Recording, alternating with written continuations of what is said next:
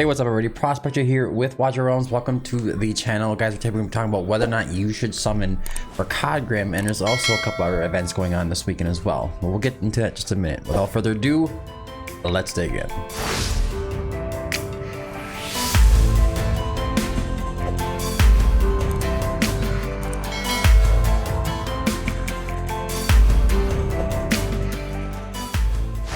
Alright, so we're gonna head over to the events here. You guys can see what's going on. We have that skin discount event that's gonna be completely up to you whether or not you want to go for any of those skins, but the big one is going to be the Ancient Summoning banner, and this is going to be really hard for most of you. It's going to be really hard for me as well.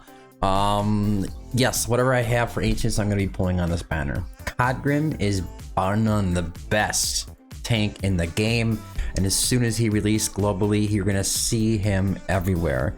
He may even have a really good chance of changing the single target arena meta. Right now, Valderon's kind of gotten the boot from being in the single target arena, and that has to do with using the whole Oleg thing. And there's just no way that Oleg can survive without a healer being on Valderon. So it causes a bit of issue when you get into a fight with a Watcher team and the BP, and the stats of the demons coming down are so jacked up that Oleg can't he just can't take the hit. It's just too much without a full-on healer. But COD Grim, how strong is he? Very strong. He's very strong. I have a video out on COD Grim if you want to go and check that out. Just type in Prospector COD Grim. I might even throw a link down in the description below or pin the comment up for it. But with COD Grim, I tested him versus Cyrus, because Cyrus was the original winner in the AMR 18 stack defense competition that I did, Defender Showdown, if you would. And when you use Cyrus to let those stacks come up on AMR 18, he gets to about 70 range or so with a healer on him. And I think COD Grim was able to get to over 60, almost approaching 70 with no healer. So that just goes to tell you how strong he actually is. If you put a healer on him, he goes way beyond Cyrus. So even a better tank than Cyrus. It's not debatable anymore who the best tank is. It's right here in COD Grim. And I do think he's gonna be making a major change. GVG, I dare you to go up against him with a grotesque fiend and see if you can take him down. It's probably not going to happen. You're gonna have to use some other kind of team. If you can't take him out, you're gonna have to try to get through him or around him somehow. It's gonna make GVG very interesting for anybody who does have this COD Grim defender. He also has an arena cost reduced by 5. That's gonna bring him down to 14 total cost to get him down in arena, and that's even less than Oleg as well. So you're gonna be able to put him down earlier. Your Valderon's gonna be able to keep his stacks. It's up in the air of how this is all gonna play out. And he's also one of the only defenders right now that can actually take the hits in Matrix. So there's that as well. Even as unyielding, he's basically broke here, super powered. If broke here and Oleg had a baby, this is what it'd be right here. It's crazy. It's super crazy. His shields stay on. It's just insane. We're also gonna be running Ingrid on this banner as well, and I don't think I need to talk about Ingrid too much. In my opinion, one of the most essential and important lords in the game. Doesn't even matter where you really are. You can have her Awaken 2, Awaken 4, you're gonna still want to pull for Ingrid. You're gonna have her A0, maybe you won't even have her. And you could be a free to play, you could be a new player, mid player, end game player, or whatever. And having Ingrid and Awakening Ingrid are gonna be top tier no matter which way you look at it.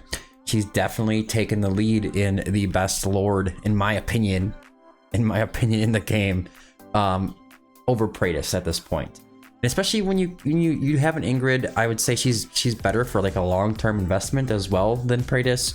And maybe Praetus could be amazing for you short-term, or especially like the early mid, and he's still great in the end game as well. But Ingrid just kind of takes over in all the endgame content. She can be placed anywhere. She's more used by me than most of the lords, so I'm not going to talk too much more about that one. But yes, if you have some ancients, whatever you have, go ahead and summon for them. If you're not really interested in a tank, and then I would completely understand, but it's really hard to justify not summoning with Ingrid and the #1 tank. So you got the like one of the number like that, at least the top 2 lords in the game on this banner, and then you're gonna have the definite #1 tank, which is very good for competitive play as well as PvE. So just keep that in mind. All right, so we also are going to have a Surprise Invocation of Spirits. Get 1 random legendary hero upon summoning 1 during this event. This is a one-off offer, so basically once you pop a legendary, you're going to get an extra one at the end of your 10 pull. It's going to be completely random. It could be a crap one, it could be a good one. I know it's hard to say, but it will be a non-ancient exclusive legendary, so we'll just keep that in mind. And then later on, we're going to have this Nascent Divine Summoning. During the event, the first legendary hero summoned is guaranteed to be an unowned one. This can only be activated 1 time. So if you kind of like needed all of your legendary summoning crystals, that can kind of suck. But anyways, you can pick up a new hero guaranteed if you can summon one on this banner. Now, if you want to see or kind of organize this a little bit better, you can go over to prospector.gg here. If you go to the hero guides section, you can click on unknown heroes up at the top, and it'll give you the list of heroes that are not owned by you currently. Okay, that's going to be these guys here. You're going to need to set up a profile in order to make this work. So you're going to have to register an account, go up to the toolbar here, click on it, go down to profile, click on my heroes. On this page here, on the my heroes page, you're going to be able to fill in your roster.